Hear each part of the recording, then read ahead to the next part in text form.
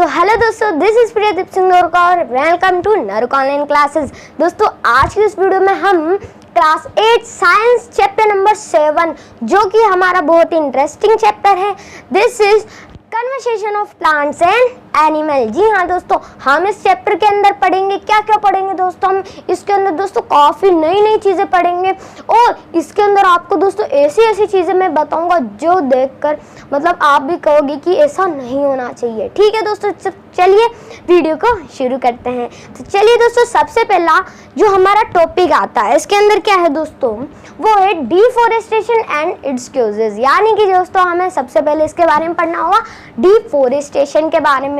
तो चलिए जो डिफॉरेस्टेशन है वो क्या होता है इस चैप्टर में अपन पढ़ते हैं। So deforestation means clearing of forest using that land for other purposes. इसका मतलब क्या है? इसका मतलब है दोस्तों कि जो डिफॉरेस्टेशन है, डिफॉरेस्टेशन किसे कहते हैं?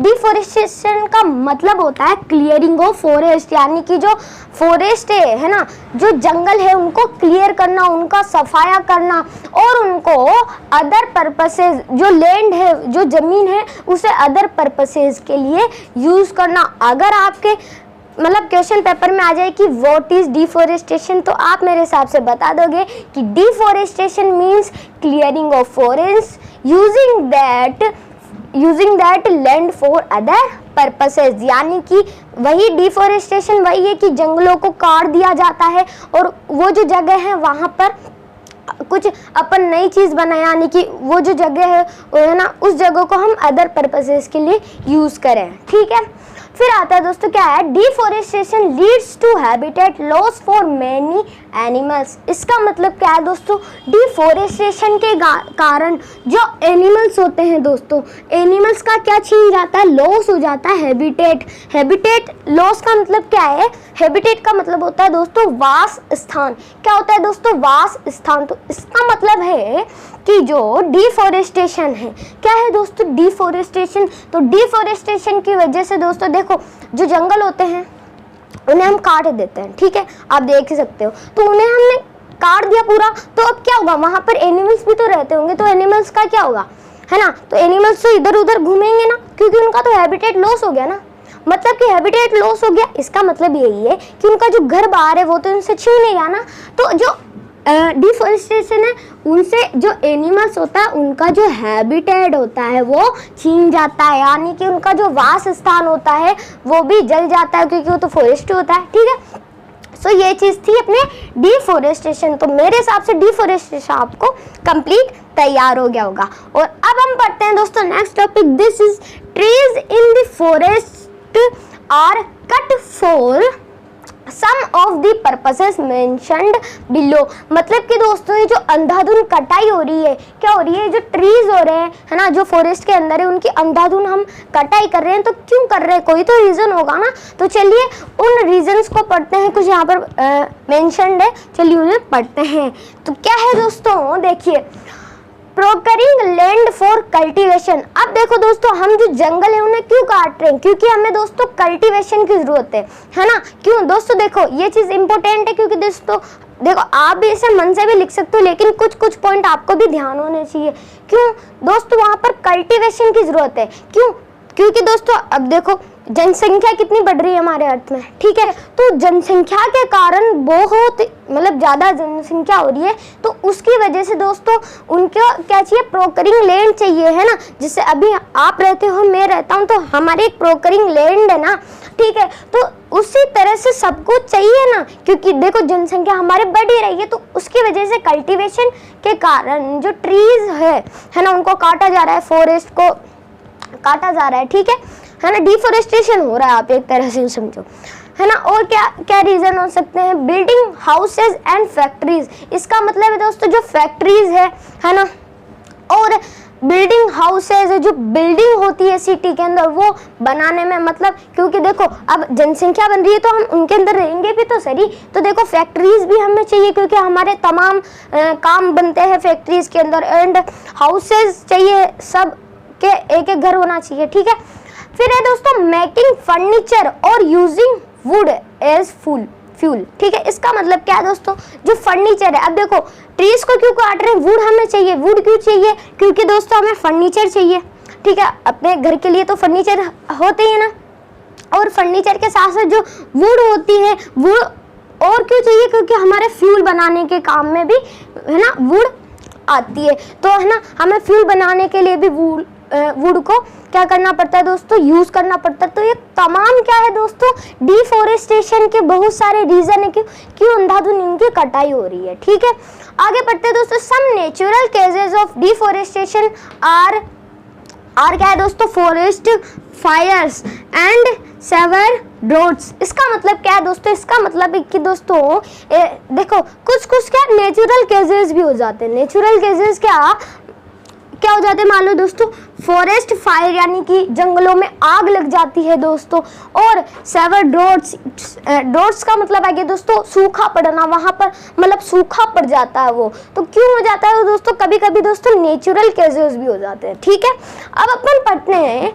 ठीक है, यहाँ तक हमने पढ़ा दोस्तों ये डिफोरेस्टेशन, ये हमने पढ़ा कि क्यों मतलब क्या क्या रीजन है। अब हम पढ़ते हैं दोस्तों कॉन्सिक्वेंसेस ऑफ डिफोरेस्टेशन, यानी कि जो डिफोरेस्टेशन उनके क्या क्या कॉन्सिक्वेंसेस है, मतलब कि क्या क्या उसकी हानियां हैं। चलिए दोस्तों इसे पढ़ते हैं। दोस्तों deforestation increases the temperature and pollution level on the earth. इसका मतलब क्या है दोस्तों, जो डिफोरेस्टेशन होता है उसकी वजह से जो टेम्परेचर है दोस्तों वो बढ़ता है। क्यों बढ़ता है अभी मैं आपको बताता हूँ। ठीक है, क्या मतलब क्या रिलेशन है इस टेम्परेचर का डिफोरेस्टेशन से। एंड दोस्तों पॉल्यूशन लेवल ऑन दी अर्थ, जो अर्थ है उन पर पॉल्यूशन भी होता है, पॉल्यूशन। ठीक है, अब हम टेम्परेचर की बात करते हैं कि टेम्परेचर क्यों बनता है। पहले इस वाले पॉइंट को भी समझ लेते हैं क्योंकि ये इससे रिलेटेड है। ठीक है, तो it increases the level of carbon dioxide. जी हाँ दोस्तों, carbon dioxide in the atmosphere. इसका मतलब है दोस्तों देखो टेम्परेचर क्यों बढ़ रहा है, टेम्परेचर इसलिए बढ़ रहा है क्योंकि दोस्तों ये जो कार्बन डाइऑक्साइड होते हैं, अब देखो डिफोरेस्टेशन हो रहा है ना, अंधाधुंध हम लोग क्या कर रहे हैं, पेड़ पौधों की कटाई कर रहे हैं। अब चलो कटाई कर रहे हैं, कोई दिक्कत वाली बात नहीं है। ठीक है, अब दिक्कत वाली बात क्यों नहीं है यार, क्योंकि दोस्तों पेड़ पौधे कम हो रहे हैं। तो पेड़ पौधे कम हो रहे हैं और जनसंख्या बढ़ रही है, तो मतलब कि CO2 का लेवल बढ़ेगा, क्योंकि हम दोस्तों ऑक्सीजन थोड़ी छोड़ते हैं, हम ऑक्सीजन लेते हैं और कार्बन डाइऑक्साइड छोड़ते हैं। तो दोस्तों जनसंख्या ज्यादा हो जाएगी, ह्यूमन बींग्स ज्यादा हो जाएंगे, तो CO2 तो सब छोड़ेंगे ही ना, और ऑक्सीजन की कमी हो जाएगी, मतलब कि दोस्तों ऑक्सीजन की कमी हो जाएगी। अब दोस्तों ये जो डिफोरेस्टेशन है ना, ये कोई अच्छी चीज नहीं है, बहुत ही खराब चीज है दोस्तों। ठीक है, तो डिफोरेस्टेशन की वजह से दोस्तों CO2 का लेवल काफी ऊपर हो जाएगा और ऑक्सीजन का लेवल काफी नीचे चला जाएगा। तो दोस्तों जब CO2 जो है इसका लेवल जब बढ़ेगा, ठीक है, कार्बन डाइऑक्साइड, तो इसका लेवल जब बढ़ेगा है ना हमारी अर्थ पे, तो जब बढ़ेगा तो जो दोस्तों CO2 होती है ना, ये हमारी अर्थ पे ब्लैंकेट का काम करती है। ठीक है, अभी मैं आपको इसको और अच्छे से विस्तार से पढ़ाऊंगा। ठीक है, तो ब्लैंकेट का काम करती है, जिससे कि क्या होता है दोस्तों, जो गर्मी होती है, मतलब कि जो अंदर की जो हीट होती है, मतलब कि जो कार्बन डाइऑक्साइड होती है वो पूरा एक ब्लैंकेट का काम करती है, और अंदर की जो हीट होती है उसे बाहर नहीं जाने देती, अंदर ही रहने देती, जिसकी वजह से क्या होती है, ग्लोबल वार्मिंग होती है। ठीक है, मैं अभी आपको इसको समझाऊंगा, तो समझ में आ गया ना। तो CO2 का लेवल बढ़ेगा, तो देखो अभी हमारी अर्थ में टेम्परेचर इतना ज्यादा क्यों, गर्मी इतनी क्यों लगती है, क्योंकि दोस्तों यहाँ पर CO2 का लेवल बहुत ज्यादा है, तो उसकी वजह से दोस्तों टेम्परेचर बढ़ता है। ये आपको दोनों पॉइंट याद रखने, क्योंकि बहुत ही इंपॉर्टेंट और पेपर में पूछा जा सकता है। फिर है दोस्तों it also reduces the level of ground water. इसका मतलब क्या है दोस्तों, इसका मतलब है कि जो डिफोरेस्टेशन होता है उसकी वजह से जो ग्राउंड वाटर का जो लेवल है बहुत कम हो जाता है। क्यों कम हो जाता है, चलिए दोस्तों, जो प्लांट्स होते हैं या फिर जो ट्रीज होते हैं वो क्या करते हैं दोस्तों, अब देखो रूट से क्या करते हैं, वो पानी को एब्जॉर्व करते हैं, बट अगर वो रहेंगे ही नहीं, ठीक है, और जो वो रहेंगे ना तो वो बिल्कुल वीकनेस हो जाएंगे, रहेंगे नहीं तो उनकी वजह से जो वाटर होल्डिंग जो उनकी कैपेसिटी है वो कम हो जाएगी। क्या हो जाएगी, कम हो जाएगी। तो वाटर होल्डिंग कैपेसिटी कम हो जाएगी, यानी कि पानी अंदर नहीं जाएगा सॉइल के अंदर, तो उसकी वजह से दोस्तों फ्लड आने का भी खतरा होता है। तो एक तो ग्राउंड वाटर जो है, ग्राउंड वाटर कम हो जाएगा बिल्कुल, ठीक है, क्योंकि पानी ऊपर से मतलब मिट्टी से अंदर जाता है जमीन के अंदर, तो उसे तो हम ग्राउंड वाटर कहते हैं। और अगर ग्राउंड वाटर जाएगा ही नहीं तो क्या होगा भाई, तो जो ग्राउंड वाटर का लेवल बिल्कुल कम हो जाएगा। और दोस्तों इसी के साथ क्या होगा, एक और चीज आप देख लो, इसी के साथ जो दोस्तों फ्लड है, जो बाढ़ है, वो भी आ सकती है। जी हाँ दोस्तों, जो फ्लड है, बाढ़, वो भी इससे आ सकती है, ठीक है, क्योंकि दोस्तों ग्राउंड वाटर तो अंदर तो जाएगा नहीं पानी, तो पानी ऊपर ही ऊपर रहेगा, तो उसकी वजह से उस एरिया में दोस्तों बाढ़ आने का भी खतरा हो सकता है, ठीक है। अब आगे बढ़ते हैं। अब आगे क्या है दोस्तों, रेनफॉल एंड द फर्टिलिटी, ठीक है, rainfall and the fertility of the soil will decrease. इसका मतलब क्या है, इसका मतलब दोस्तों हम एग्रीकल्चर करते हैं तो उसके अंदर जो सॉइल होती है वो हमारी दोस्तों क्या होनी चाहिए, एक अच्छी होनी चाहिए आपको, ठीक है, तो फर्टिलाइटी सॉइल होनी चाहिए। लेकिन जब डिफोरेस्टेशन हो जाएगी दोस्तों, तो देखो क्या होता है, डिफोरेस्टेशन की वजह से जो वाटर साइकिल होती है हमारी, ठीक है, जो वाटर साइकिल है ना, आप देख रहे हो कि इवोपोरेशन होता है नीचे से, फिर ऊपर जाता है, फिर वही बादलों से पानी वापस आता है, ठीक है, जो वाटर साइकिल चलती रहती है वो डिस्टर्ब हो जाती है, ठीक है, ऊट पटांग हो जाता है, सब डिस्टर्ब हो जाता है। तो वाटर साइकिल क्या करती है भाई, जो तुम्हारे मन में आ वो कर लो, ठीक है, तो वाटर साइकिल सब छोड़ देते हो, उल्टा पुल्टा मतलब पूरी वाटर साइकिल डिस्टर्ब हो जाती है उसकी वजह से, और जो रेनफॉल है वो नहीं आती, बारिश नहीं आती, क्योंकि दोस्तों टेम्परेचर भी बढ़ जाएगा हमारा, ठीक है, CO2 का लेवल बहुत ज़्यादा बढ़ जाएगा, तो वाटर साइकिल क्या हो जाएगी दोस्तों, डिस्टर्ब हो जाएगी एक तरह से, ठीक है, आप आराम से बढ़िया से सो रहे हो और आपको कोई डिस्टर्ब कर दे उसी तरह से, ठीक है, उस तरह से डिस्टर्ब हो जाती है। तो दोस्तों जो रेनफॉल है, जो बारिश होती है ना, वो नहीं आती, ठीक है, क्योंकि टेम्परेचर बढ़ रहा है। और इसी के साथ दोस्तों अगर बारिश नहीं आएगी तो आपको एक चीज पता है, अरे बारिश नहीं आएगी तो जो सोयल है उसकी फर्टिलाइटी कैसे होगी, तो सोयल जो है, जो मिट्टी है, उसकी उर्वरा जो शक्ति है वो कैसे बढ़ेगी, फर्टिलाइटी तो कम हो जाएगी, तो उसकी वजह से दोस्तों एग्रीकल्चर पे भी इसका प्रभाव पड़ेगा, रेनफॉल पे भी इसका प्रभाव पड़ सकता है, वाटर साइकिल डिस्टर्ब हो जाएगी, और दोस्तों टेम्परेचर काफ़ी ज़्यादा बढ़ जाएगा, CO2 बहुत हो जाएगी, ऑक्सीजन बहुत कम हो जाएगी दोस्तों, और ग्राउंड वाटर का लेवल बहुत ही कम हो जाएगा, और फ्लड आ जाएगी। और इसी के साथ जो ड्रॉट्स है, यानी कि जो सूखा है वो पड़ जाएगा, क्योंकि दोस्तों बारिश नहीं आएगी, तो बारिश नहीं आएगी, जो यहाँ पर सूखा भी पड़ जाएगा दोस्तों, ड्रॉट्स भी हो सकता है। तो ये था दोस्तों हमारे डिफोरेस्टेशन के बारे में। अब चलिए और क्या चीज़ें हैं वो अपन समझते हैं। सो चलिए दोस्तों, अब हमारा नेक्स्ट टॉपिक है, दिस इज ग्लोबल वार्मिंग। क्या है दोस्तों ग्लोबल वार्मिंग के, तो ये दोस्तों ग्लोबल वार्मिंग क्या होती है, चलिए देखते हैं। सो global warming is the change of climate on a global level. इसका मतलब दोस्तों आप समझना, ये जो दोस्तों ग्लोबल वार्मिंग होती है ये क्या होती है एक तरह से, चलिए मैं आपको एक चित्र से समझाता हूँ, ठीक है दोस्तों। मान लो ये अपनी अर्थ है, ठीक है, अब अर्थ के ऊपर ये क्या है, ये है अपने एटमॉस्फेयर। क्या है दोस्तों, एटमॉस्फेयर है। अब ये जो अर्थ है दोस्तों, इसके ऊपर तो क्या है, पूरी एटमॉस्फेयर है ना, ठीक है। अब उस एटमॉस्फेयर के अंदर बहुत सारी गैसेस होती है, तो उनके अंदर एक गैस कौन सी होती है आपको पता है, एक गैस हमने ले ली CO2 कार्बन डाइऑक्साइड, नाइट्रोजन होती है, ऑक्सीजन होती है, ठीक है, यहाँ पर आप देख ही रहे हो इतनी सारी होती है, ठीक है। सो ये जो कार्बन डाइऑक्साइड है ना, ये क्या करती है दोस्तों, जब ज़्यादा हो जाती है ना, अभी देखो डिफोरेस्टेशन हो रहा है तो ऑक्सीजन की कमी हो रही है और CO2 का लेवल बढ़ रहा है, तो ऑक्सीजन का लेवल डाउन हो रहा है, CO2 का लेवल अप हो रहा है, तो उसकी वजह से तो CO2 का लेवल क्या हो रहा है, हाई हो रहा है, ठीक है, हाई हो रहा है, बढ़ रहा है। तो जब बढ़ेगा तो दोस्तों क्या करते हैं, जो CO2 होती है ना, एक ब्लैंकेट की तरह काम करती है, ब्लैंकेट की तरह काम करती है। इससे मैं क्या समझूँ, इससे भाई आप समझो कि देखो ये एटमॉस्फेयर, तो इसमें एक ब्लैंकेट बना देगी क्या, CO2, ये जो CO2 है ना, ये एक ब्लैंकेट बना देगा। अब ब्लैंकेट बनाने के बाद क्या करेगा, जो अंदर की जो हीट है ना उसको बाहर नहीं जाने देगा, ठीक है, ये अंदर की हीट बाहर नहीं जाएगी, बस अंदर की अंदर ही रहेगी। तो अंदर के अंदर से ही रहने का मतलब क्या हो गया, ग्लोबल वार्मिंग।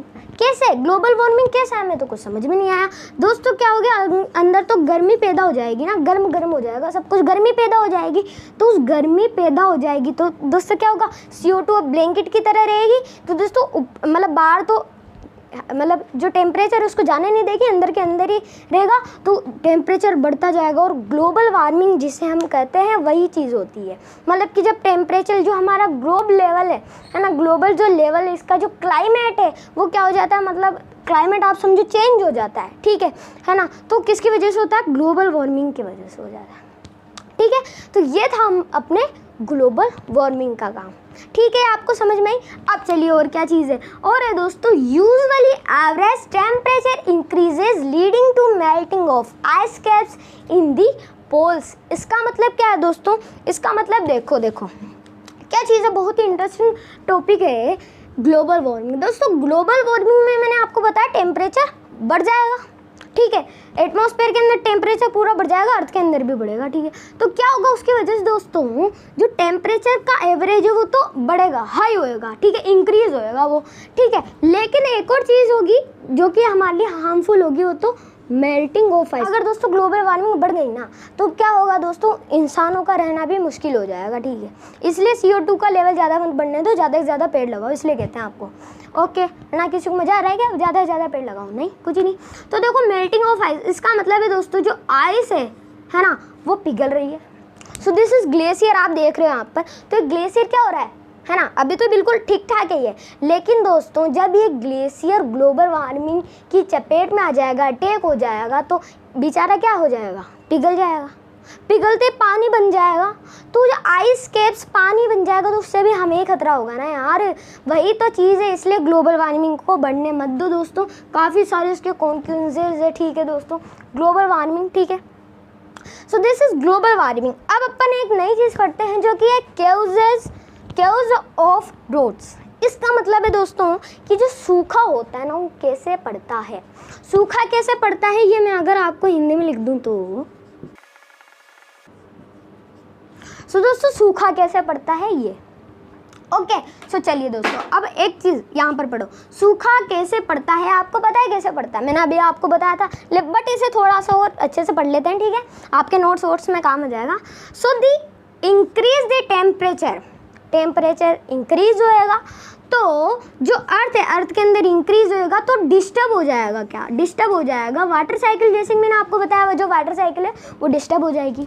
फिर क्या होगा दोस्तों, जो रेनफॉल है वो बंद हो जाएगा, जैसे कि मैंने आपको यही चीज़ अभी बताई थी। सो यही क्या होता है, केओस ऑफ ड्रोट्स, यानी कि यही जो सूखा होता है वो ऐसे ही पड़ता है, ठीक है ना। वैसे तो बस इसके बोलने का ही था, ठीक है, फिर भी मैंने एक बार और समझा दिया, बाकी ये तो पूरी जानकारी मैंने आपको अभी बताई दी है, ठीक है। सो सूखा कैसे पड़ता है तो आपको पता ही चल गया।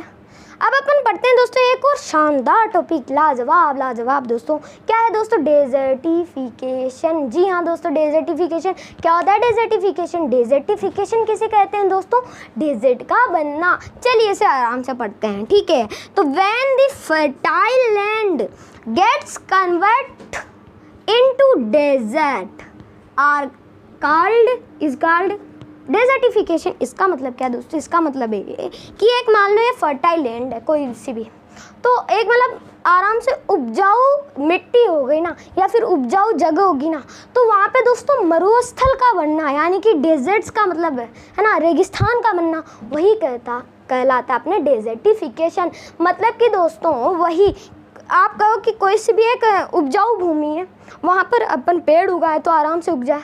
लेकिन दोस्तों डेजर्टिफिकेशन किसे कहते हैं, डेजर्टिफिकेशन वाली जगह हम उसे कहते हैं कि उपजाऊ भूमि को मरुस्थल भूमि हो जाए वो, है ना। यानी कि दोस्तों जो फर्टाइल लैंड है, ठीक है, ये गेट्स कन्वर्ट हो जाए किसके अंदर, डेजर्ट्स के अंदर, रेगिस्तान के अंदर, मरुस्थल के अंदर अगर हम बात करें तो उसके अंदर जब ये चेंज हो जाती है तो उसी को अपन कहते हैं डेजर्टिफिकेशन। क्या कहते हैं दोस्तों, डेजर्टिफिकेशन, ठीक है। डेजर्टिफिकेशन समझ में आया, और आगे बढ़ते हैं दोस्तों। क्या है दोस्तों, देखिए, laser number of trees will result into more soil erosion.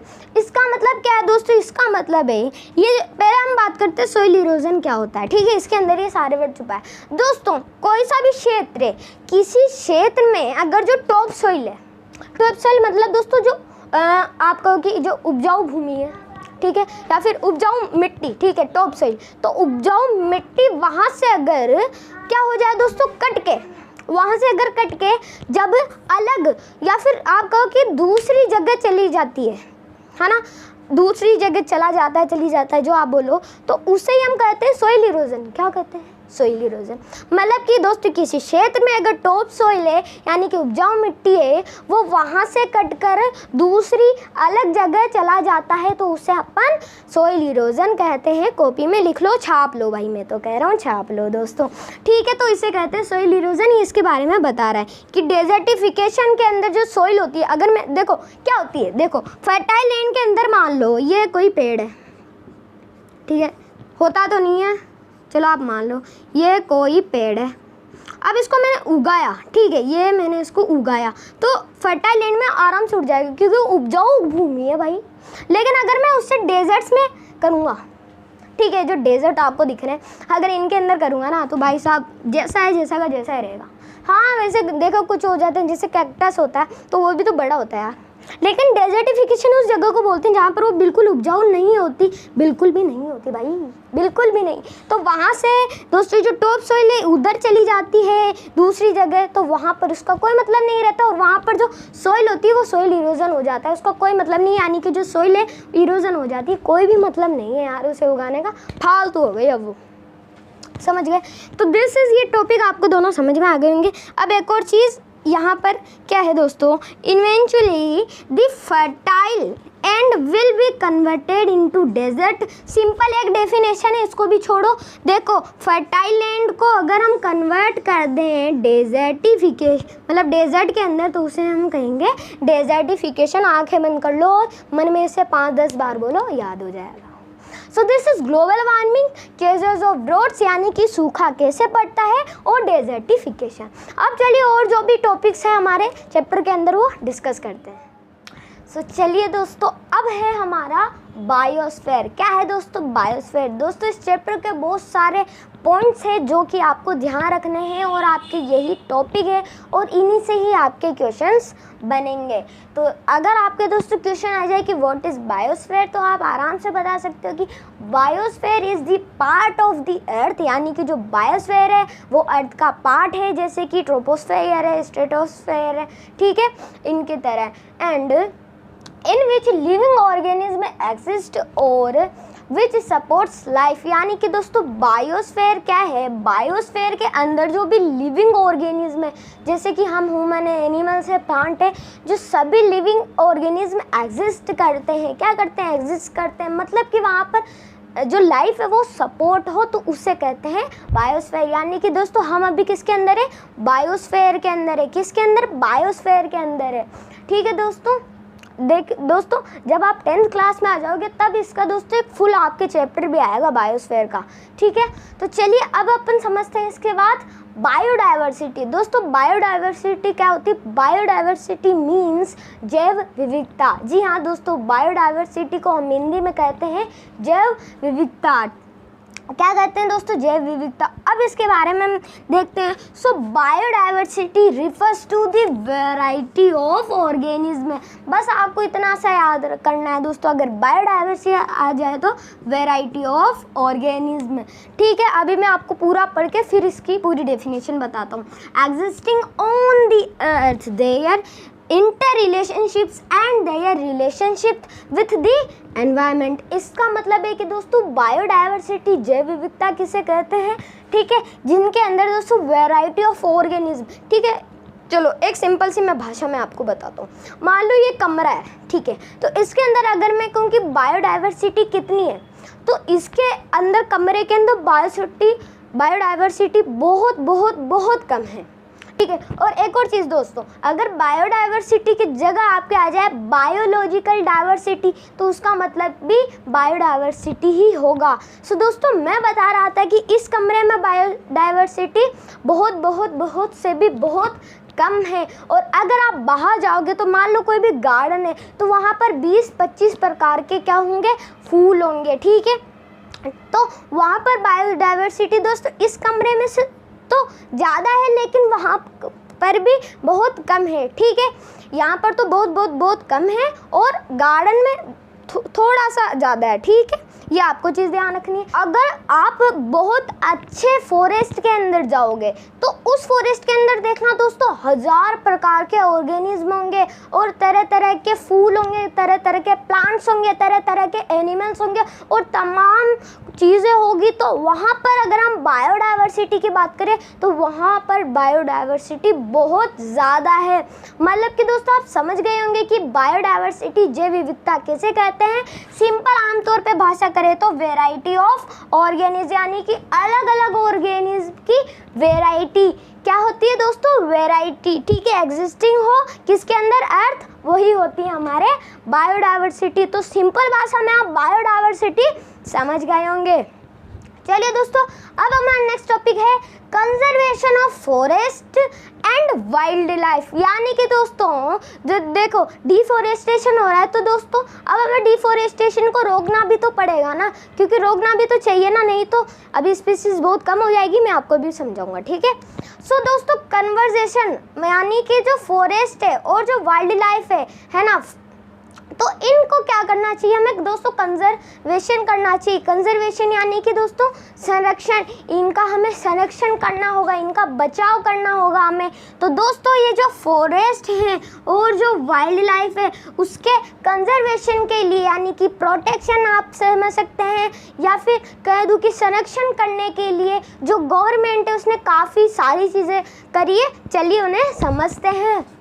तो दोस्तों to prevent deforestation and for the conservation of forests the government has implement many rules, methods and politics.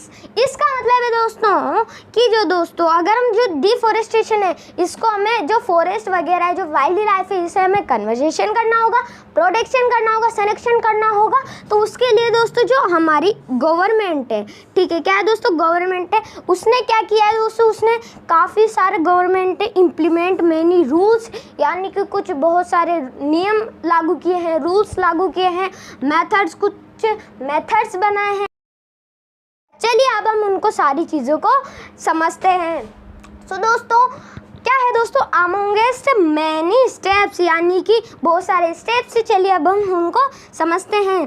तो amongst many steps areas called sanctuaries, मतलब कि ये दोस्तों हैं कि दोस्तों देखो अलग अलग एरिया में इसको करा है, यानी कि दोस्तों चलो मैं आपको समझाता हूँ। सेंचुरी बनाई गई है, इसका मतलब ये है नेशनल पार्क्स बनाए गए हैं दोस्तों, इनके बारे में अभी आपको समझाऊंगा, ठीक है। एंड बायोस्फीयर रिजर्व्स बनाए गए हैं, इन तीनों को मैं आपको समझाता हूँ दोस्तों अभी, है ना। और दोस्तों यहाँ पर क्या किए गए, देखो पहले तो यहाँ तक समझो दोस्तों। जो गवर्नमेंट है, जो सरकार है, उसने क्या किया है, कई सारे रूल्स लागू किए हैं एंड कई सारे मेथड्स, सब तमाम चीज़ें करी है। और दोस्तों जो डिफॉरेस्टेशन है उसको बचाने के लिए क्या किया गया दोस्तों, सेंचुरीज बनाई गई है दोस्तों, सेंचुरीज बनाई गई है, ठीक है।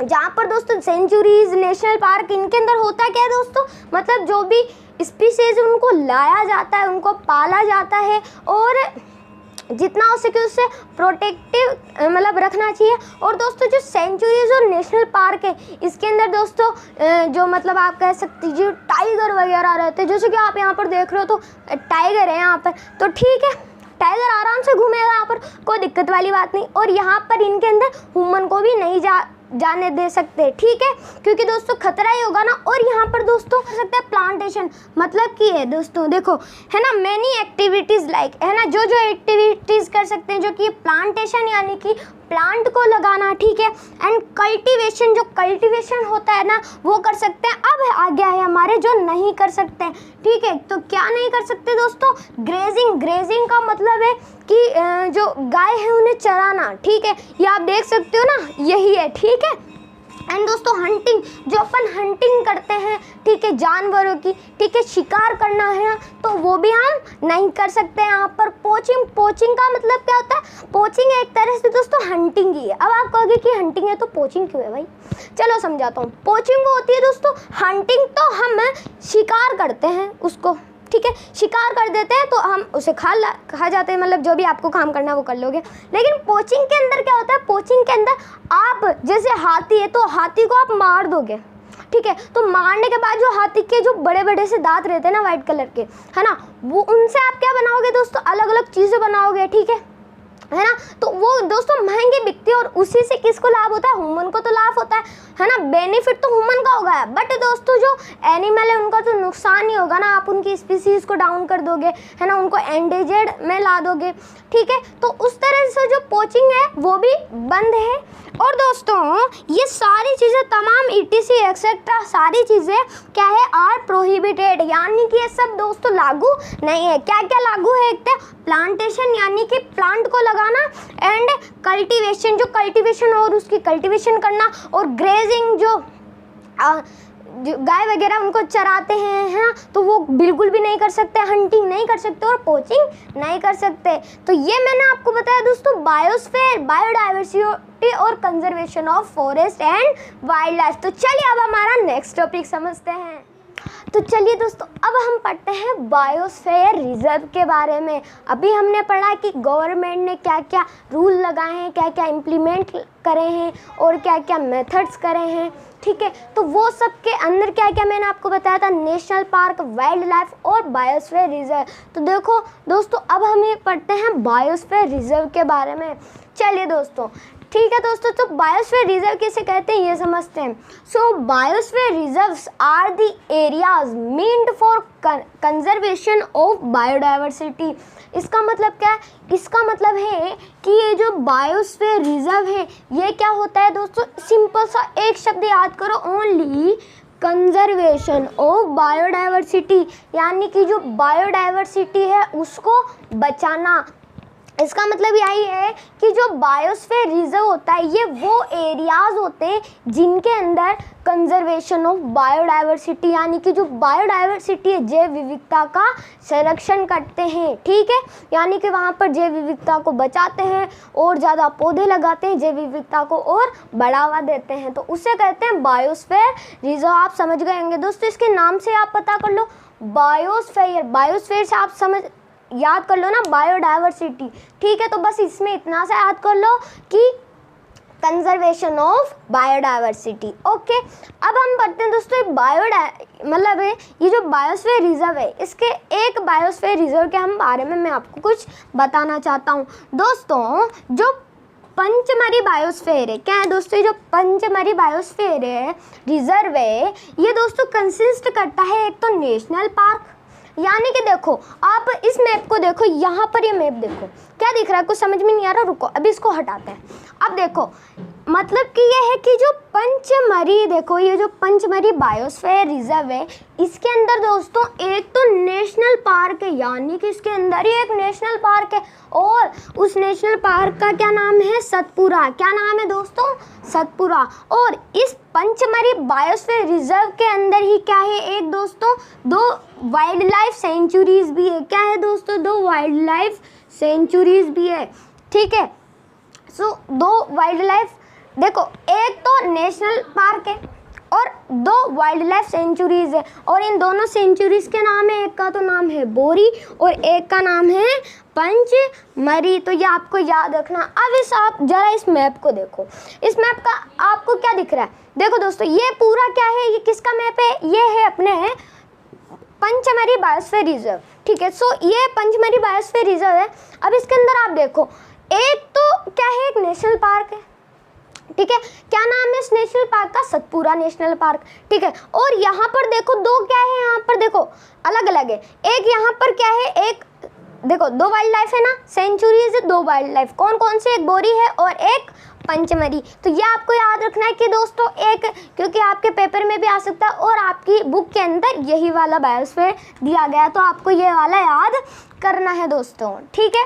सो यहाँ पर हमने पढ़ा अभी बायोस्फीयर रिजर्व के बारे में, किसके बारे में, बायोस्फीयर रिजर्व के बारे में दोस्तों। अब हम पढ़ते हैं एक ऐसी अलग ही चीज़ जो फ्लोरा एंड फोना। जी हाँ दोस्तों, अब हम पढ़ते हैं फ्लोरा एंड फोना के बारे में। तो दोस्तों सिंपल सा आप याद रखो कि फ्लोरा किसे कहते हैं, प्लांट्स को, और फोना किसे कहते हैं, एनिमल्स को। चलिए मैं आपको समझाता हूँ कि फ्लोरा एंड फोना क्या होते हैं। देखो दोस्तों फ्लोरा किसे कहते हैं, the plants of a particular region और area are termed as its flora, यानी कि दोस्तों कोई भी एक एरिया है तो वहाँ का जो पर्टिकुलर रीजन है या फिर पर्टिकुलर एरिया आप बोल सकते हो, तो वहाँ पर जो भी प्लांट्स होते हैं, ठीक है, कोई भी एक एरिया है उसके अंदर जो भी प्लांट्स होते हैं उसे हम कहते हैं फ्लोरा।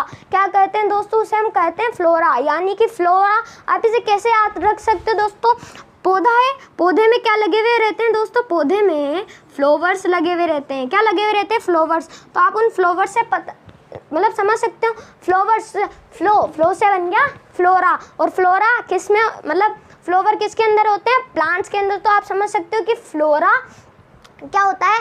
प्लांट्स। यानी कि कोई भी एक पर्टिकुलर रीजन या फिर कोई पर्टिकुलर एरिया है तो वहाँ पर जो भी प्लांट्स है उन्हें हम क्या कहेंगे? फ्लोरा। और यही ऑपोजिट क्या आ गया? फोना। फोना किसे कहेंगे? कोई भी मतलब एक पर्टिकुलर एरिया है या फिर पर्टिकुलर रीजन है तो वहाँ पर जो भी एनिमल्स होंगे उन्हें हम कहेंगे वहाँ का, है ना, फोना। ठीक है, क्या कहेंगे? वहाँ का फोना। तो ये आप समझ गए होंगे दोस्तों फ्लोरा एंड फोना के बारे में। अब अपन एक चीज़ इनके एग्जाम्पल भी समझ लेते हैं। जो दोस्तों जो फ्लोरा है उसके एग्जाम्पल है दोस्तों साल, ठीक है, and jamun, mango, silver ferns, arjun etcetera are flora. तो ये सब क्या है दोस्तों? फ्लोरा है। और आदि बहुत सारी चीज़ें वहाँ की जो भी मतलब सिंपल से मतलब कोई भी एक एरिया है तो वहाँ पर जो जो भी प्लांट्स है वो हो गया फ्लोरा और जो जो भी एनिमल्स है वो हो गया वहाँ का फोना। इतना सिंपल से याद रखो। फोना के एग्जाम्पल हम देखें जैसे कि डियर, ठीक है, लोयन, पैरट, ईगल, एंड चींटी भी हो सकती है भाई, एनिमल ही तो है, बस वो यूँ समझो, गोल्ड फिश एसेट्रा आर फोना, यानी कि वो हो गया फोना। तो आप मेरे हिसाब से समझ गए होंगे फ्लोरा एंड फोना को। एक बार रिवाइज कर लेते हैं दोस्तों फटाफट से। बायोस्फीयर रिजर्व किसे कहते हैं दोस्तों? कंजर्वेशन ऑफ बायोडाइवर्सिटी, जैव विविधता का संरक्षण। और जो पंचमरी बायोस्फीयर रिजर्व है इसके अंदर एक तो नेशनल पार्क है जिसका नाम सतपुरा नेशनल पार्क है और दो वाइल्ड लाइफ सेंचुरीज है जिसका नाम एक तो बोरी है और एक है अपने पंचमरी, ठीक है। और फ्लोरा किसे कहते हैं? जो भी एक पर्टिकुलर एरिया में जो भी प्लांट्स है उसे फ्लोरा, और फोना एक पर्टिकुलर जो जगह है एरिया है वहाँ पर एनिमल से उन्हें कहेंगे फोना। तो यहाँ पर हमारा हो गया हमारे biosphere reserve, flora and fauna. अब चलिए और क्या क्या पॉइंट्स इसके वो भी समझते हैं। सो दोस्तों अब अपन पढ़ते हैं स्पीसीज़ के बारे में। सो स्पीसीज़ किसे कहते हैं दोस्तों? चलिए, स्पीसीज़ को हम हिंदी में कहते हैं प्रजातियाँ। क्या होती है दोस्तों? प्रजातियाँ। अलग अलग प्रजातियाँ होती है, अलग अलग स्पीसीज़ होती है, वही चीज़ है। सो स्पीसीज़ किसे कहते हैं? Species is a group of populations, ठीक है, यहीं तक इसे समझो। जो स्पीसीज़ होती है ये एक ग्रुप होती है, ठीक है, जैसे कि आपके इंस्टाग्राम का ग्रुप होता है, ठीक है, या फिर व्हाट्सअप का ग्रुप होता है, उसी तरह से जो स्पीसीज़ होती है ये पॉपुलेशन का क्या होती है? ग्रुप होती है, ठीक है, अंडरलाइन कर देता हूँ, ठीक है। Which are capable of interbreeding. इसका मतलब चलिए हम किताब की लैंग्वेज को हटाकर अपनी आम भाषा में समझते हैं, ठीक है। मान लो इधर एक मतलब मान लीजिए स्नेक को बात नहीं है, एक घोड़ा है, ठीक है, इधर एक घोड़ी है। सो ये दोनों क्या करेंगे दोस्तों? रिप्रोडक्शन करेंगे। सो ये दोनों क्या करेंगे? रिप्रोडक्शन। देखो दोस्तों चीज़ समझने की ये चीज़, हंसने की भी कोई दिक्कत वाली बात नहीं है, इस चीज़ को समझो, सीरियस हूँ मैं भी, ठीक है। सो ये घोड़ा है और ये घोड़ी है, ठीक है, इन दोनों के बीच में क्या हुआ? रिप्रोडक्शन। और इनसे क्या हुआ? एक घोड़े का बच्चा हो गया, ठीक है, ठीक है सब, हाँ भाई घोड़े का बच्चा हो गया। अब स्पीसीज़ किसे कहते हैं? अब इस घोड़े के बच्चे का भी क्या हो जाए? बच्चा, ठीक है, उसे कहेंगे स्पीसीज। यानी कि इनकी स्पीसीज क्या है? ये घोड़ा और घोड़ी, मतलब एक घोड़ा क्या है? इनकी स्पीसीज है, प्रजाति है। अगर दोस्तों मान लो एक अलग हो जाता, मान लो, ठीक है, एक मान लो इधर एक गधा और एक घोड़ी, उल्टा सीधा मान लो, ठीक है, इस तरह से रिप्रोडक्शन हो जाता तो ठीक है, बच्चा तो हो जाता, लेकिन फिर क्या प्रॉब्लम होती? इस बच्चे के बाद एक और बच्चा नहीं होता तो स्पीसीज आगे नहीं बढ़ती, तो उसे हम नहीं कहते कि स्पीसीज है। प्रजाति वो होती है, जैसे कि देखो हमारी प्रजाति हम अमूमन आगे से आगे बढ़ते जा रहे हैं, ठीक है, पीछे से भी घटते जा रहे हैं तो आगे से भी बढ़ते जा रहे हैं, है ना, तो हम क्या है? एक अमूमन एक प्रजाति है ना यार। उसी तरह से प्रजाति होती है, जैसे कि घोड़े की प्रजाति, गधे की हंसने की कोई बात नहीं है, गधे की प्रजाति एंड सुअर की प्रजाति, ठीक है, कौवे की प्रजाति, तो अलग अलग प्रजातियाँ होती है, ठीक है। मानव की प्रजाति, तो अलग अलग प्रजातियाँ होती है, तो उन्हें हम कहते हैं स्पीसीज। तो मेरे हिसाब से आपको समझ में आ गया होगा इस चित्र को देखने की, हंसने कोई दिक्कत वाली बात है ही नहीं। चलिए, इसलिए मैं नाम वगैरह नहीं लिखे, बस इतना सा लिख दिया मैंने। सो ठीक है, स्पीसीज आपको समझ में आया। अब अपन दोस्तों दो स्पीसीज के बारे में बात करते हैं, एक एंडेमिक स्पीसीज और एक endangered species.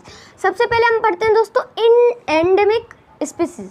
So endemic species क्या होती है मैं आपको बताता हूँ। Sorry, endemic species are those species of plants and animals which are found exclusively in a particular area. चीज़ को समझो, एंडेमिक स्पीसीज वो स्पीसीज होती है, वो प्रजातियां होती है जो प्लांट्स और एनिमल के अंदर फाउंड होती है, ठीक है, इन ए पर्टिकुलर एरिया। अब इस चीज़ को समझो, only in a particular area, मतलब कि दोस्तों चलिए ठीक है। अब एंडेमिक स्पीसीज वो होती है यानी कि जानवरों या फिर पौधों की वो प्रजातियां जो कि पर्टिकुलर एरिया में ही है, ठीक है, अंदर किसके अंदर, सिर्फ एक पर्टिकुलर एरिया के अंदर ही है, उसे हम कहते हैं एंडेमिक स्पीसीज। समझ में आया? चलो ठीक है। अब इसके एग्जाम्पल की अगर हम बात करें तो साल एंड वाइल्ड मैंगो, ये जो साल और वाइल्ड मैंगो है ये क्या है दोस्तों, एंडेमिक फ्लोरा है। अब फ्लोरा का मतलब फ्लोवर, फ्लोवर से प्लांट, प्लांट से क्या समझ गए हम, फ्लोरा, ठीक है। तो फ्लोरा का मतलब प्लांट, यानी कि ये दोनों जो पेड़ पौधे हैं साल एंड वाइल्ड मैंगो, तो ये क्या है दोस्तों, ये एंडेमिक फ्लोरा है, एंडेमिक फ्लोरा हो गया। और हाँ, अगर आपसे पूछ ले कि जो साल एंड वाइल्ड मैंगो कहाँ पर होते हैं, तो कहाँ पर रहते हैं, तो सिंपल सा, ये रहते हैं अपने यहाँ पर पंचमरी बायोस्फीयर। कहाँ पर दोस्तों, पंचमरी बायोस्फीयर, जो कि मैंने आपके इसके एग्जाम्पल में भी ये दोनों बताया थे, ठीक है। सो ये क्या है दोस्तों, ये एंडेमिक फ्लोरा है। अगर और इसके एग्जाम्पल की बात करें अगर, सो बाइसन, सो यहाँ पर जो आप बाइसन देख रहे हो, बड़ा सा भाई साहब, ठीक है, बेल टाइप का लग रहा है, ठीक है। सो बाइसन भी एक एंडेमिक स्पीसीज है, ठीक है, एक ही पर्टिकुलर एरिया में रहता है। इंडियन जेंट स्क्वायर, ओहो, अपनी ये जो सिंपल सी स्क्वायर रहती है ना, ऐसा नहीं होता, ये ऐसा होता है, ऐसा देख लो कितनी बड़ी होती है।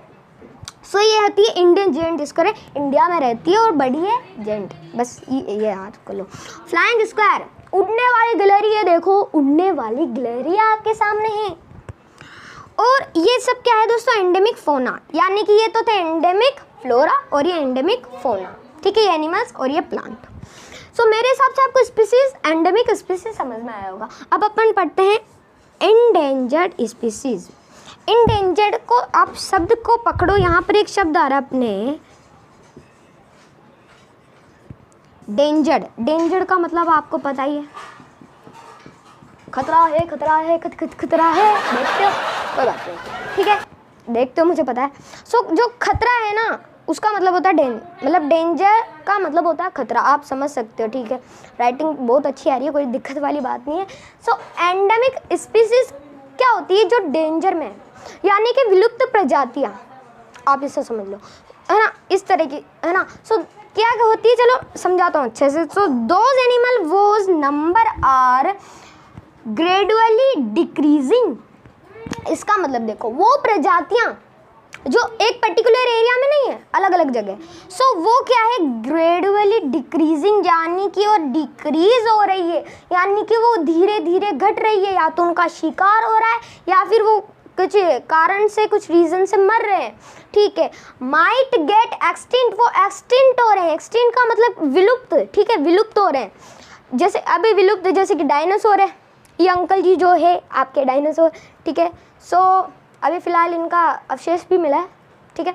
सो ये जो मणिपुर के अंदर मिला है। सो ये जो एक्सटिंक्ट का मतलब होता है, आप समझो विलुप्त, क्या होता है विलुप्त, तो ये अंकल जी जा चुके हैं, मतलब कि ये जो डायनासोर है हमसे भी पहले आ गए थे, लेकिन हम आए तब तक तो चले गए यार डर के, ठीक है, कोई दिक्कत नहीं, यार भगवान की लीला है अभी। सो एक्सटिंक्ट हो गए सून, यानी कि अब एक्सटिंक्ट तो हो गए वो, लेकिन इसका मतलब है एक्सटिंक्ट सून। एक्सटिंक्ट सून का मतलब है कि वो एक्सटिंक्ट होने वाले हैं, अगर हमने उन्हें नहीं बचाया तो एक्सटिंक्ट हो जाएंगे और गई बस पानी में। फिर क्या है यार, नॉन एज एंडेंजर्ड एनिमल, उन्हें हम कहेंगे एंडेंजर्ड एनिमल। ठीक है, आप समझ ही गए होंगे। फॉर इसके एग्जाम्पल की बात करें तो स्नो लियोपर्ड, आप यहाँ पर देख सकते हैं स्नो लियोपर्ड को। एंड जेंट पांडा, जो बड़ा सा पांडा है, जो बड़ा सा पांडा है, कुछ भी तो जेंट पांडा आप देख सकते हैं यहाँ पर। एंड वूपिंग क्रेन जो बगुला जैसे दिख रहा है आपको, यही है। ठीक है, एसेट्रा काफ़ी बहुत सारे हैं। सो ये एंडेंजर्ड स्पीसीज। फिर एक बार रिवीजन करते हैं। सो स्पीसीज प्रजातियाँ, ठीक है, कोई भी प्रजाति आपको समझ में आ गया होगा। ठीक है, सो एंडेमिक स्पीसीज जो सिर्फ एक पर्टिकुलर एरिया में हो, एंडेंजर्ड स्पीसीज जो ख़त्म हो सकती है, यानी कि उनकी जो जनसंख्या वो बहुत धीरे धीरे कम हो रही है। ठीक है, सो टाइगर भी इसी के अंदर आते हैं, एंडेंजर्ड स्पीसीज के अंदर। सो ये आपको समझ में आ गया होगा स्पीसीज के बारे में। और चलिए अब हमारा नेक्स्ट टॉपिक पढ़ते हैं। सो दोस्तों अब हम पढ़ने वाले हैं इकोसिस्टम को। क्या पढ़ने वाले हैं दोस्तों? इकोसिस्टम। सो इकोसिस्टम क्या होता है, चलिए समझते हैं। So it is a system that comprise all the plants, animals and micro organism dwelling in a particular area along with non-living things like air, water and soil etcetera. इसका मतलब है कि जो इकोसिस्टम होता है ये एक ऐसा सिस्टम है जिसके अंदर कंप्राइज ऑल, अब ऑल उसमें मान लो, देखो सिंपल से आप समझो, ऑल मान लो मैंने इधर लिखा लिविंग थिंग्स, ठीक है, इधर मैंने लिखा नॉन लिविंग थिंग्स। तो ये living things and non living things ये तो आपको आता ही है, ठीक है, सजीव निर्जीव, ठीक है, ये आपको तो आता ही होगा। अब दोस्तों यहाँ पर हमारे क्या है, लिविंग थिंग्स के अंदर इसके एग्जाम्पल हमें दिए। लिविंग थिंग्स में क्या दिए, जैसे कि ह्यूमन बीइंग आ गया, प्लांट्स आ गए, एनिमल आ गए, माइक्रो ऑर्गेनिज्म आ गए, एटसेट्रा। ठीक है, जो भी लिविंग थिंग है। अब नॉन लिविंग थिंग में आप कुछ भी ले सकते हो। मान लो हमने नॉन लिविंग थिंग में बेसिक हमने लिए एयर, वाटर एंड सॉइल, ये तीन लिए। यहाँ पर आप देख ही सकते हो। तो यहाँ पर मैंने क्या लिखा, अगर हम इन दोनों को प्लस कर दें, ऐड कर दें, तो क्या हो, तो हम एक सिस्टम बनाते हैं। उस सिस्टम को क्या बोलते हैं, इकोसिस्टम। ठीक है, मतलब कि दोस्तों जब लिविंग थिंग और नॉन लिविंग थिंग एक दूसरे से जब इंटरेक्ट करते हैं, एक दूसरे के साथ जब मिल जाते हैं, तो उसे हम एक क्या कहते हैं, एक सिस्टम कहते हैं, और उस सिस्टम को इकोसिस्टम कहते हैं। ठीक है, नहीं समझ में, एक बार और फिर से रिपीट करता हूँ। देखो इकोसिस्टम किसे कहते हैं, जब मान लो कोई भी प्लांट, एनिमल, माइक्रो ऑर्गेनिज्म या फिर ह्यूमन बीइंग, ठीक है, एक साथ में रहते हो और उसी के साथ क्या रहते हैं दोस्तों, नॉन लिविंग थिंग भी हो। ठीक है, नॉन लिविंग थिंग में मान लो अब आप कुछ भी ले सकते हो, जैसे कि यहाँ पर बेसिक तीन है, वाटर, सॉइल एंड एयर। ठीक है, सो ये जब एक साथ होते हैं ना तो एक सिस्टम बनता है। क्या बनता है, एक सिस्टम। और उसी सिस्टम को क्या कहते हैं हम, उसी सिस्टम को इकोसिस्टम कहते हैं। क्या कहते हैं दोस्तों, इकोसिस्टम। तो इकोसिस्टम आपको समझ में आ गया। चलिए आगे बढ़ते हैं। सो अब अपन पढ़ते हैं रेड डेटा बुक के बारे में। क्या आपने कभी रेड डेटा बुक के बारे में पढ़ा है या फिर कहीं पे देखा है? मैं आप आज को बता दूँ, ठीक है। So red data book, so red data book क्या होती है दोस्तों, चलिए समझते हैं। So red data book is the source look which gives a record of all the endangered, यहाँ पर देखना, all the endangered animals and plant। अब इसका मतलब क्या, ये रेड डेटा बुक क्या होती है, क्या ये कोई किताब होती है, बुक होती है? बिल्कुल सही समझा, ये एक बुक ही है। अब रेड डेटा बुक, रेड का मतलब देखो, चलो एक इसको नाम से देखो, ठीक है, इन सब चीज़ों को छोड़ो, रेड शब्द आ रहा है, रेड कलर किसका प्रतीक होता है आपको पता है, डेंजर का। ठीक है, यहाँ पर खतरे का प्रतीक होता है, ठीक है, खतरा। ओके, सो रेड का मतलब हो गया खतरा, डेटा मतलब उसके अंदर पूरी जानकारी होगी, बुक किताब, इन तीनों शब्द से ही एक रेड डेटा बुक बनी है। ठीक है, आपको डेफिनेशन याद करने की जरूरत नहीं है, बस इन तीन शब्दों को देखो। रेड का मतलब खतरा हो गया, डेंजर हो गया, डेटा का मतलब सारी जानकारी, और बुक का मतलब किताब। ठीक है। सो इसका मतलब है कि जो रेड डेटा बुक है ये सोर्स है, किस चीज़ का सोर्स है, मतलब कि रेड डेटा बुक के अंदर पूरा डेटा है। किस चीज़ का डेटा है, एक पूरा रिकॉर्ड है। किन किन चीज़ों का रिकॉर्ड है, जो भी इंडेंजर्ड एनिमल्स है। देखो अब रेड का किसका प्रतीक होता है, खतरे का, डेंजर का। सो इससे याद कर सकते हो आप इंडेंजर्ड एनिमल्स, यानी कि जो भी विलुप्त होने वाले हैं, है ना, अगर हमने नहीं बचाया तो विलुप्त हो जाएंगे। सो जो इंडेंजर्ड एनिमल्स है, जो भी अभी मैंने आपको पढ़ाया भी था, सो इंडेंजर्ड एनिमल्स का इनके पास रिकॉर्ड होता है और प्लांट्स का भी रिकॉर्ड होता है, जो कि इंडेंजर्ड प्लांट्स है। ठीक है, चलो एक बार फिर से समझते हैं। रेड डेटा बुक एक ऐसी बुक होती है, ठीक है, एक ऐसी बुक होती है जिसके अंदर पूरा रिकॉर्ड होता है, रिकॉर्ड ऑफ दी आपको कि endangered animals and endangered plants, तो उनका रिकॉर्ड होता है। ठीक है, आपको समझ में आया, डेटा मतलब पूरी यहाँ पे जानकारी होती है उनके पास। So record of endangered animals and endangered plants, ये समझ सकते हो। ठीक है, सो रेड डेटा बुक आपको पता चल गया। अब रेड डेटा बुक देखना चाहोगे? सो this is red data book, आप यहाँ पर जो देख रहे हो। सो रेड डेटा बुक है, कलर कौन सा इसका, रेड ही है ना, समझ सकते हो रेड डेटा बुक है। ठीक है, और भी इसके बारे में कुछ जानकारी हमें दी है कि they are different red data books of plants, animals and other species. इसका मतलब ये है कि यहाँ पर जो मैंने आपको जो रेड डेटा बुक दिखाई, अभी एक नहीं होती, बहुत सारी होती है दोस्तों। ठीक है, मतलब अलग अलग प्रजातियां की होती है, अलग अलग स्पीसीज की होती है, अलग अलग प्लांट्स की होती है, इंडेंजर्ड प्लांट्स की होती है, इंडेंजर्ड एनिमल्स की होती है, इंडेंजर्ड स्पीसीज की होती है, तमाम बहुत सारी होती है, एक नहीं होती। सो यहाँ पर ये बताया गया है कि जो रेड डेटा बुक है वो डिफरेंट होती है, यानी कि अलग अलग होती है। ठीक है, यही चीज़ है। सो यहाँ पर हमने पढ़ा ecosystem and red data book, clear है। अब अपन पढ़ते हैं माइग्रेशन, इंपॉर्टेंट टॉपिक है, वही मैं पढ़ा रहा हूँ। ठीक है, नहीं तो 2 घंटे की वीडियो बन जाती, मैं बता रहा हूँ आपको, इतनी सारी है। देखो माइग्रेशन, माइग्रेशन किसे कहते हैं दोस्तों, सिंपल। अगर आप दिल्ली में रहते हो और आपको जाना है कहाँ, मुंबई, सो आप क्या करोगे, माइग्रेट कर जाओगे, यानी कि आप क्या कर जाओगे, दिल्ली से मुंबई चले जाओगे। अब क्यों जाओगे, कुछ कंडीशन होगी, मान लो आप जहाँ पर काम करते हो तो वहाँ पर सैलरी कम आती होगी, या फिर काम धंधा नहीं मिल रहा वहाँ पर, मुंबई में मिल रहा है आपको, ठीक है, या फिर आपको अलग जगह जाना है, यहाँ पर आप सूटेबल नहीं हो रहे, तो तमाम रीज़न हो सकते हैं। सो देखो यही चीज़ है, माइग्रेशन का मतलब क्या होता है, माइग्रेटिव birds fly to for away areas every year during particular time, ठीक है, because of climate changes। इसका मतलब है कि माइग्रेशन किसे कहते हैं, जो माइग्रेटिव बर्ड्स होते हैं वो उड़कर फ्लाई करके, माइग्रेटिव बर्ड्स क्या करते हैं, उड़कर फ्लाई करके, देखो शब्दों को देखो, फार, फार का मतलब क्या होता है, दूर, ठीक है, दूर कहीं पर उड़कर जो माइग्रेटिव बर्ड्स होते हैं वो दूर कहीं उड़कर अलग एरियाज में हर साल, है ना, मतलब है ना, एवरी ईयर, है ना, हर साल जाते रहते हैं, एक पर्टिकुलर टाइम पे जाते हैं। यूँ नहीं कि यार आज चल जाते हैं यार, नहीं, एक पर्टिकुलर टाइम होता है उनका, तो उस पर्टिकुलर टाइम में जाते हैं। अब क्यों जाते हैं, रीजंस भी कुछ होंगे कि वहाँ पर मान लो रहने का चीज़ नहीं होगी, या फिर वहाँ का जो क्लाइमेटिक चेंजेस है वो उनके लिए सूटेबल नहीं होगा। वहाँ पर अगर मान लो ठंड ज़्यादा है तो उन्हें हॉट मतलब क्लाइमेट में जाना होगा, यानी कि जहाँ पर गर्मी होगी वहाँ पर जाना होगा, या फिर अगर बहुत ज़्यादा गर्मी है तो उन्हें थोड़े से मीडियम लेवल पे आना पड़ेगा। सो काफ़ी सारे रीजंस हो सकते हैं। सो ये माइग्रेटिव बर्ड्स क्या करेंगे, फ्लाई करके माइग्रेट हो जाएंगे, यानी कि माइग्रेट कर जाएंगे।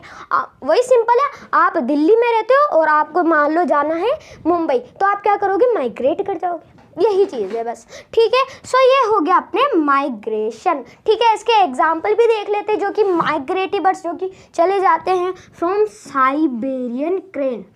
सो दिस इज साइबेरियन क्रेन, जो कि आप यहाँ पर देख रहे हो, and great flamingo, great flamingo देख लो भाई, ग्रेट है एकदम। सो एक्सेट्रा काफ़ी अलग अलग, मतलब बहुत सारे तमाम ऐसे बर्ड्स है जो कि उड़कर फ्लाई करके माइग्रेशन कर लेते हैं, यानी कि माइग्रेट हो जाते हैं। So this is ecosystem, red data book and migration. So मेरे हिसाब से आपको समझ में आ गए होंगे, ठीक है। सो अब है हमारा रिसाइकलिंग ऑफ पेपर। क्या है दोस्तों? रिसाइकलिंग ऑफ पेपर, यानी कि जो दोस्तों डिफॉरेस्टेशन हो रहा है।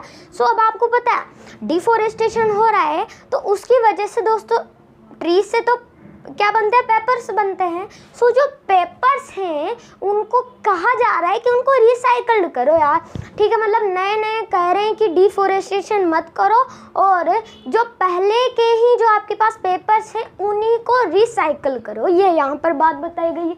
सो रिसाइकलिंग ऑफ पेपर, इसके अंदर क्या है कि जो पेपर है उन्हें सेव बचाओ, ठीक है, जितने हो सके जितने बचाओ और ज़्यादा मतलब यूज़ में मत करो उसे आलतू फालतू में, है ना। जो हो गया काम हो गया, ठीक है। यही चीज़ यहाँ पर बताई गई है कि उसे सेव करो। यूज्ड पेपर, यानी कि उसे फिर से यूज़ कर लो। मतलब देखो एक बार वो पेपर काम में आ गया, फिर जब वो रद्दी में हम उसे डाल देते हैं। सो क्या करना चाहिए? उस पेपर को फिर से क्या करना चाहिए? वापस बनाना चाहिए, ठीक है। सो उससे क्या होगा? डिफॉरेस्टेशन भी नहीं होगा और रीयूज भी होता रहेगा। एंड दोस्तों रिसाइकल इट, इसे रिसाइकल करना चाहिए, ये यहाँ पर बताई गई है। ज़्यादा पॉइंट्स तो मैंने नहीं लिए क्योंकि बता ही दिया मैंने, इसलिए यही काफ़ी है, ठीक है। सो रिसाइकलिंग ऑफ पेपर, ये आपको समझ में आ गया होगा। एंड अब हम पढ़ते हैं दोस्तों, हमने पढ़ा इतनी देर से डिफॉरेस्टेशन, हम पढ़ते जा रहे थे डिफॉरेस्टेशन डिफॉरेस्टेशन डिफॉरेस्टेशन। अब हम पढ़ने वाले हैं रिफॉरेस्टेशन। जी हाँ दोस्तों, अब अपन पढ़ेंगे रिफॉरेस्टेशन के बारे में। और हाँ, एक खुशखबरी है आपको एक खुशखबरी की कांग्रेचुलेशन, ये आपका लास्ट टॉपिक है और इसके बाद आप कुछ इस तरह दिखोगे। मुझे कब से इंतजार था आज की शाम का, अब देखो क्या करता है ये बंदा हिंदुस्तान। सो दोस्तों आ गया ना मजा। चलो अब अपन पढ़ते हैं रिफॉरेस्टेशन। सो रिफॉरेस्टेशन क्या होता है? रिफॉरेस्टेशन मैं आपको बताता हूँ दोस्तों। हम अभी इतनी देर से पढ़ रहे थे डिफॉरेस्टेशन के बारे में। सो उसका ऑपोजिट होता है रिफॉरेस्टेशन। डिफॉरेस्टेशन का मतलब था कटिंग ऑफ ट्रीज, पेड़ों को ज़्यादा से ज़्यादा काटना, है ना। ज़्यादा से ज़्यादा आप कुछ भी करिए कि पेड़ों को काटना, ठीक है। और रिफॉरेस्टेशन का मतलब है कि ग्रोइंग न्यू ट्रीज, नए पौधे लगाना, नए पेड़ लगाना, ठीक है, जिससे कि एनवायरनमेंट भी शुद्ध रहे, ठीक है, और डिफॉरेस्टेशन नहीं हो। सो इन दोनों में यही फ़र्क है कि डिफॉरेस्टेशन यानी कि cutting of trees and reforestation यानी कि ग्रोइंग न्यू ट्रीज। बस अगर हम आपकी मतलब रटने की भाषा में अगर मैं कहूँ कि आपको रटना है तो ये पढ़ सकते हैं कि it is the restocking of deforested, यानी कि जो भी जगह है जहाँ पर डिफॉरेस्टेड हो रखा है सो वहाँ पर रीस्टॉकिंग करना, उससे फिर से क्या करना? रिफॉरेस्टेशन करना। जहाँ पर आपने डिफॉरेस्टेशन करा वहाँ पे आप फिर से नए पेड़ पौधे लगाइए, ठीक है, उगाइए, जो भी आपको करना है। सो नए नए जंगल जो आपने ख़राब कर दिए उसे ठीक करना। इन प्लांटिंग न्यू ट्रीज़, यानी कि नए नए जो ट्रीज़ है ना, उसे लगाना, ठीक है। सो यही आपको इसे रटने की भाषा में समझता हूँ इसको, ठीक है। बस मेरा लक्ष्य है कि आपको बस समझाना, बाकी मैं चाहूँ तो लिखूँ ही नहीं, लेकिन रटने की भाषा में मैं आपको समझाता हूँ। सो ये हो गया अपने रिसाइकलिंग ऑफ पेपर, ठीक है, एंड रिफॉरेस्टेशन। तो दोस्तों कैसी लगी वीडियो प्लीज़ कमेंट सेक्शन में ज़रूर बताना। और हाँ, वीडियो अच्छी लगी तो लाइक भी ज़रूर करना। आप लाइक नहीं करते, आप प्लीज़ लाइक ज़रूर करना। और हाँ, आप चाहे तो मैं इंस्टाग्राम पर भी फॉलो कर सकते हैं। सो इंस्टाग्राम की जो आईडी है उसका लिंक मैंने डिस्क्रिप्शन में दे दिया, आप जाके है ना फॉलो कर लीजिएगा। ओके दोस्तों, सो हो गया अब अपना तो पूरा चैप्टर मैंने एक ही वीडियो में आपको करा दिया था दोस्तों। और इसी के साथ थैंक्स फॉर वॉचिंग। और हाँ, इंस्टाग्राम पर और अपने व्हाट्सएप ग्रुप तक सब जगह शेयर भी आपको करना है। बाय बाय, मिलते हैं नेक्स्ट वीडियो में।